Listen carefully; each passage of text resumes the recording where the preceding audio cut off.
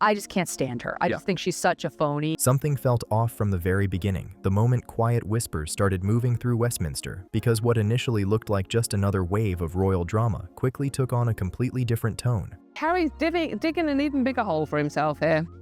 Well, I think he's dug so deep now, he'll strike water any day now. At first, it seemed like the usual cycle. Headlines, speculation, another clash involving Prince Harry and the institution he stepped away from, something people have seen play out more than once. But then the situation escalated, and it escalated fast. Suddenly, this wasn't about media narratives or online reactions anymore. Slaughtered this weekend because there were some business cards in the back of one of her podcasts. She's still using her royal title, HRH, despite our late Queen warning her against. It's not a financial thing. Working royals do not profit. They do not use their names to make money. It's an honor to have an HRH. Absolutely. So the fact that she's continued to use this HRH when they've been instructed not to, I think is absolutely infuriating in Buckingham Palace. It was agreed with Queen Elizabeth that they will not use the HRH title. That is a long-standing precedent, and there's good reason for it. Basically, the HRH is only given to working royals and senior members of the... A petition emerged, not from the public, not from social media, but from within the House of Lords itself. And that single detail changed everything, because this wasn't gossip, it wasn't spin, and it wasn't celebrity commentary. It was a formal political move, something structured, serious, and aimed directly at the core of Harry's remaining royal identity. Hypocrisy is beyond anything I've ever seen. At the center of it all is one question that carries real weight: the possibility of removing the Duke of Sussex title, the last major connection linking him to the monarchy he chose to leave behind. And this goes far beyond symbolism. It opens up a much bigger conversation about power, legacy, and whether someone can step away from royal duties, build an independent life on the other side of the world, and still hold on to a title that represents the crown itself. This situation has clearly moved far beyond anything that could be described as a simple family disagreement. Duplicitous, self-centered, vile, disloyal. What people are watching now feels much closer to a serious institutional debate. We're in America now, and we don't give a shit about you. You're not our fucking prince. You'll never be king. We hate your wife. Stay at home in your $29 million mansion. All right. Something that touches not just personal dynamics, but the structure and expectations surrounding the monarchy itself. For years, the public image of Prince Harry was tied to moments that defined him early on, shaping how people saw his role and connection to the institution. There are growing calls to strip Harry and Meghan of their royal titles. The New York Post is reporting that locals in the UK say enough is enough, especially after Prince Harry's disastrous BBC interview, which aired hours after he lost his appeal for taxpayer-funded UK. But over time, that perception has shifted and the tone around him has become more complex.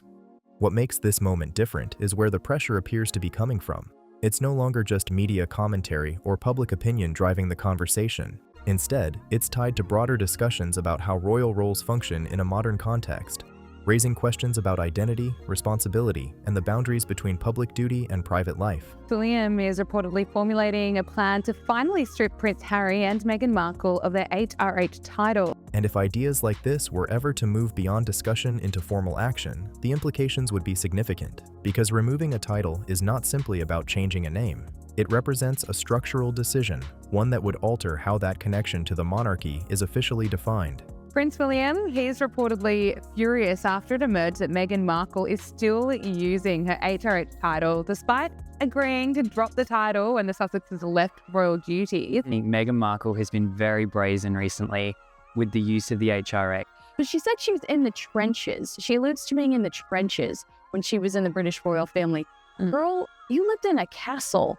Like, you got a princess title. People were falling at your feet.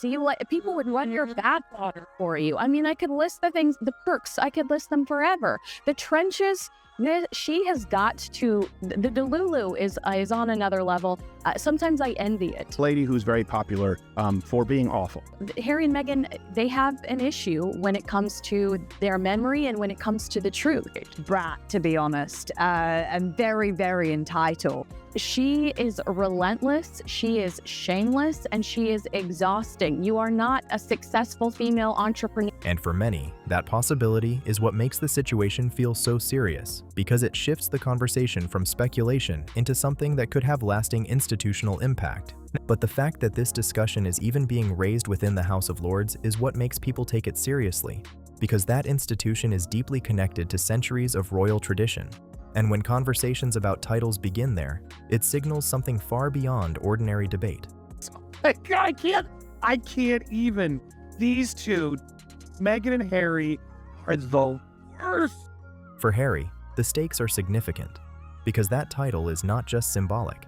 It carries global recognition, influence, and access that shapes how he is perceived on an international level. We're in America now, and we don't give a shit about you. You're not our fucking prince.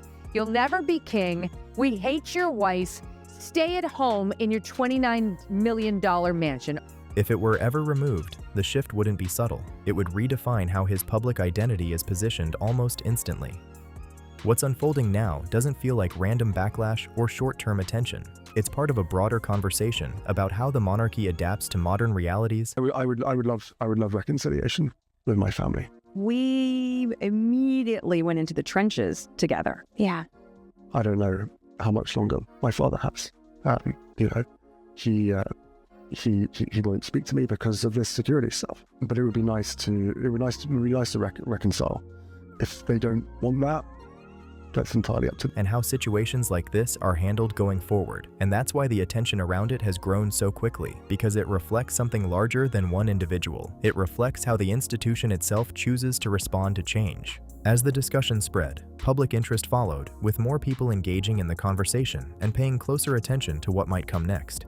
What began as a focused point of debate has expanded into a wider dialogue, drawing in different perspectives and increasing the level of attention surrounding the issue, making it clear that this is no longer a quiet topic, but one that continues to build momentum. The real measure of success of both of them will be the same as it always has been. How much damage can they inflict on our royal family, on our monarchy?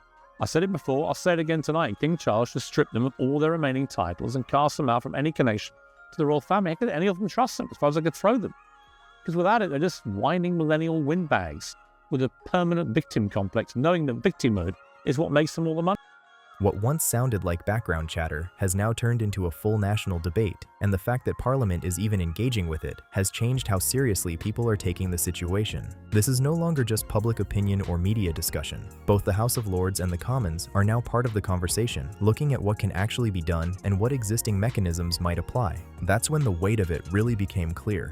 This isn't a publicity moment or a passing headline.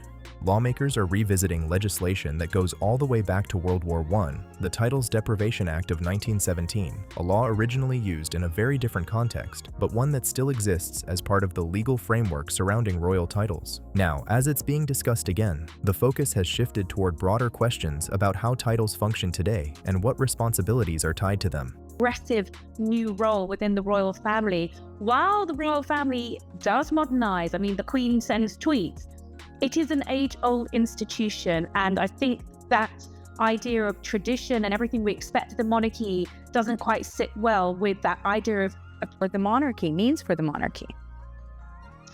well, people are talking about it being a constitutional crisis, and I'm not sure it is a constitutional crisis. I mean, through circumstance and the Cambridges having 3 children, Harry slipped down from being the spare to the heir to the 6th. Some critics argue that holding a royal title while publicly stepping away from the institution raises important questions about consistency and expectations. And that's what's fueling the debate. Not just what has happened, but what it represents in a modern context where tradition and independence are increasingly intersecting. What began as public frustration has now shifted into something more structured, turning into formal political pressure that's being discussed at a higher level. A new poll by Find Out Now has revealed that most of the public is supporting the king in this ongoing family feud, after Harry's bombshell BBC interview. It follows the Court of Appeal's decision to not overturn the ruling on his security in the UK. And as the focus moved beyond past interviews and media appearances, attention started to center on Harry's activities after leaving the UK, which added another layer to the debate. The conversation is no longer just about personal decisions or public statements. It has expanded into questions about expectations tied to royal titles, especially when it comes to maintaining neutrality. Traditionally, members of the royal family avoid involvement in political discussions, particularly in foreign contexts, and that long-standing principle is now being brought back into focus. As a result, critics have started raising concerns about how royal status might intersect with public commentary, especially on international issues. A new poll by Find Out Now has revealed that most of the public is supporting the king in this ongoing family feud, after Harry's bombshell BBC interview. It follows the Court of Appeal's decision to not overturn the ruling on his security in the UK. For some lawmakers, the concern isn't about individual opinions, but about maintaining a clear boundary between royal identity and political engagement, because historically, British royal titles have been kept separate from political influence, particularly outside the UK, and the idea of those lines becoming blurred is what's driving much of the current discussion. Now the conversation has moved fully into the open, and that's where the tone has shifted even more. Some members of parliament are openly questioning how a British royal title fits alongside involvement in public discussions that carry political weight, especially outside the UK. Supporters argue that Harry is simply exercising personal freedom, expressing his own views like anyone else. Breaking news out of London, Buckingham Palace announcing Harry and Meghan will no longer formally represent the Queen. That means they will no longer receive public funds and they will stop using their royal titles. Those changes will take effect this spring. So, Katie Nicholl is now joining. It's my pleasure. It's a big news story. As you can imagine over here, it really has, the phone hasn't stopped ringing, put it that way.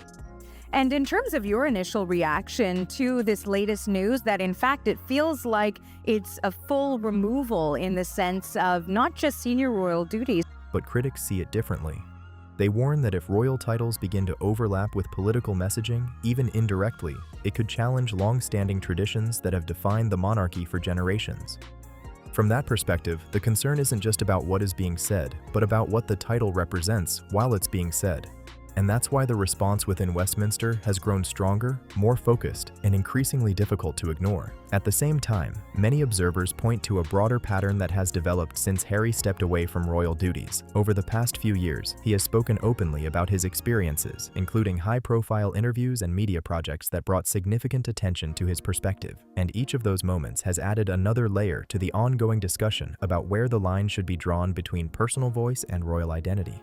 Following the release of his memoir Spare, the conversation intensified even further. What began as a single moment of public attention quickly turned into a series of high-profile revelations about life inside the royal family. There has been a crisis in the Windsors, not least how the Sussexes chose to release this news, but also the narrative that we've had in the fallout that the couple were very unhappy, that apparently it was a very toxic environment, particularly for Meghan. Brothers surrounding Prince Harry and Prince William, and what this change in senior roles for Harry and Meghan means for that particular relationship. At first, reactions were mixed, with many people curious to hear his perspective and understand his experiences. But over time, the tone began to shift. Critics pointed out that the discussions and stories extended across multiple members of the royal family, bringing private dynamics into a very public space. For some observers, it no longer felt like personal reflection, but rather an ongoing situation unfolding on a global stage, one that continued to draw attention with each new development. Now, similar concerns are being reflected within parts of Parliament, where the focus has turned toward a broader question. How does a royal title align with ongoing public commentary about the institution itself? For those raising this issue, the argument is straightforward. If a title represents a connection to the monarchy, then there are expectations tied to how that connection is expressed, and that's where the current debate continues to center. Critics argue that Harry continues to benefit from the recognition tied to the Duke of Sussex title while living outside of the structure and expectations that usually come with it. And for some lawmakers, that perceived contradiction has pushed the discussion to a much more serious level. The financial thing, working royals do not profit. They do not use their names to make money. It's an honor to have an HRH. Absolutely. So the fact that she's continued to use this HRH when they've been instructed not to, I think is absolutely infuriating in Buckingham Palace. It was agreed with Queen Elizabeth that they will not use the HRH title. That is a long-standing precedent, and there's good reason for it. Basically, the HRH is only given to working royals and senior members of the royal. the language being used has grown stronger, with some describing the situation as something that, while not a legal issue, raises concerns about how the institution is represented. For a long time, the royal household maintained its usual approach, staying silent and avoiding direct engagement with the criticism. But now, the conversation has clearly shifted. What was once mostly public debate is increasingly being echoed within political circles, where the question of titles is being discussed more openly than before. At the same time, public opinion within the UK appears to be evolving. Surveys and commentary suggest that views on the issue have become more divided, with some people supporting changes while others continue to see things differently. What's clear is that the conversation is no longer one-sided. It has grown into a broader debate reflecting different perspectives on tradition, modern identity, and how the monarchy should adapt moving forward. One of the most striking aspects of this debate is that it isn't just happening in political circles, it's being reflected at a local level as well, particularly in Sussex, the region connected to his title. Reports suggest that some residents there have voiced frustration, with opinions emerging that question whether the title still reflects a meaningful connection to the community. Statements like that highlight how personal and emotional the conversation has become for many people. At the same time, there's a clear contrast in how Harry is perceived internationally versus within the UK. Globally, especially in the United States, he continues to attract attention through projects, appearances, and media ventures. Staggering 2/3 of Brits are calling for Harry and Meghan to be stripped of their HRH title. But within Britain, the tone of the discussion often feels more critical, with some voices focusing less on his decision to step away and more on how that decision aligns with continuing to hold a royal title. Over the years, a series of public appearances, interviews, and projects have gradually added to the pressure surrounding this issue. And for many observing the situation, the shift in public sentiment hasn't been subtle. It has evolved noticeably over time. What's happening now in Parliament seems to mirror a much broader national conversation, one that has been building across the country and is now being reflected at an institutional level. From the perspective of critics, the situation looks very different. When Harry and Meghan stepped away from royal duties, many expected a quieter transition, a clear separation from royal life. Instead, what followed was a series of high-profile projects, global interviews, media deals, and public appearances that kept them firmly in the spotlight. Over time, their names have continued to be associated with their titles in headlines, promotions, and public introductions, and for some in the UK, that's where frustration has grown. The argument isn't just about visibility, it's about how closely that visibility remains tied to royal identity. The Duke and Duchess of Sussex designation still carries strong recognition, and critics believe that recognition plays a role in shaping opportunities across media, publishing, and business ventures. King Charles on his way out, Prince William is expected to take over the crown. And apparently at the top of his list is to say, "Peace out, Meghan, you're done." And he plans to formally strip Meghan Markle of her royal title. From that viewpoint, the concern is less about stepping away and more about how that step is defined. Some commentators have questioned whether the balance between independence and continued association with royal status is clearly understood. And while the language used in these debates can sometimes be strong, the underlying issue being discussed is how titles, identity, and public roles intersect in a modern context where boundaries are no longer as clearly defined as they once were. The conversation becomes even more intense when people point to the next generation, noting that royal titles have also been extended within the family. For critics, that adds another layer to the debate, raising questions about consistency and what those titles are meant to represent moving forward. And because of that, the discussion hasn't faded, it has only grown louder over time. Supporters of the petition argue that this is exactly why a clearer boundary is needed. In their view, royal titles are meant to reflect service and connection to the institution, not something that becomes part of a broader public or commercial identity. For them, the issue goes beyond individuals. It's about defining what those titles stand for in a modern world where visibility and influence operate very differently than they once did. Meanwhile, as the debate continues to build in both political and public spaces, Buckingham Palace has largely remained silent. King Charles has avoided addressing the issue directly, and many observers interpret that as a deliberate decision. By not stepping in publicly, the situation is allowed to remain within institutional and political frameworks, rather than being seen as a personal or emotional response. And that silence, in itself, has become a key part of how this entire situation is unfolding. Reports often point to Prince William taking a long-term view, focusing on stability and the future of the monarchy rather than reacting to individual moments. For many royal observers, that highlights a clear contrast in approach between the two brothers. one stepping away to build an independent path, the other staying within the system and working to shape it from the inside. And that contrast has become one of the central themes in the entire discussion. If Parliament were ever to move forward with something as significant as removing a title, the impact would likely be far-reaching. Titles are not just formal labels, they carry recognition, history, and a certain level of influence, especially in global media. A change like that would alter how Harry is introduced, perceived, and positioned in public life, even if his personal identity and work remain the same. Supporters of such a move argue that the principle itself is straightforward. Royal titles originate from the institution, and with that comes an expectation of alignment with it. From that perspective, the debate is less about individuals and more about consistency in how those titles are applied. While history shows that steps like this are rare, there are precedents where titles were adjusted under very different circumstances, reinforcing the idea that the system does have mechanisms for change when considered necessary. In recent years, there have already been examples of royal roles and honors being adjusted when situations placed pressure on the institution, and that's part of what's fueling the current discussion. For those pushing this debate forward, the argument is straightforward. The monarchy has historically placed the institution above any individual, and when that balance is questioned, attention naturally shifts toward how titles and roles are defined. Some voices within Parliament are now expressing concerns about representation, asking whether a title should continue to reflect a connection to the institution if that connection appears to have changed. That question has become one of the central points in the debate, repeated across political discussions and public commentary alike. It highlights how much the conversation has intensified and how widely it is now being considered.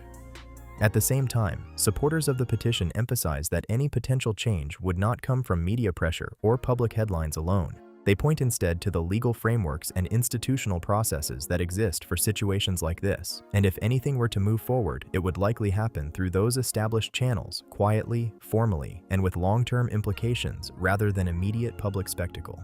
If anything were to happen, it wouldn't come through headlines or sudden announcements. It would move quietly through historic parliamentary chambers, through formal motions, legal procedures, and official votes backed by centuries of tradition.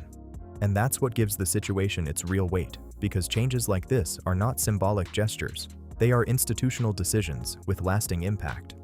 If a title were ever removed, the effect would be significant.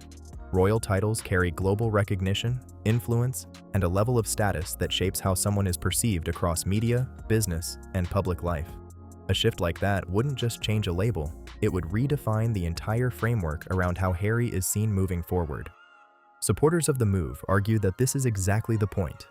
In their view, titles are meant to reflect service and alignment with the institution, not function as part of a personal identity outside of it. And they often point to a series of public moments over the years, interviews, projects, and legal actions that have gradually shaped the current debate. Each of those moments has added another layer to an already complex relationship between Harry and the monarchy. For many watching, the tension hasn't appeared suddenly, it has built over time. And now, for those backing the petition, the discussion has come down to a broader question about legitimacy and how royal titles should be defined in a modern world.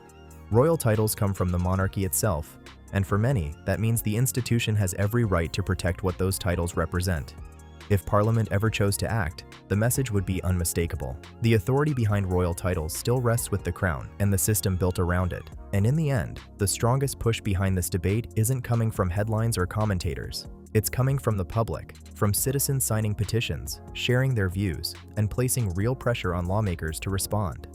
And for the first time in a long time, the outcome may not be shaped by interviews or media narratives.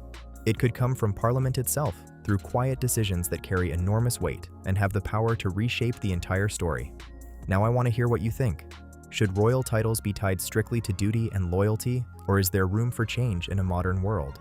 Drop your thoughts in the comments below, and if you made it this far, don't forget to like, subscribe, and share this with someone following the story, because there's a lot more still to come. This is Palace Loop.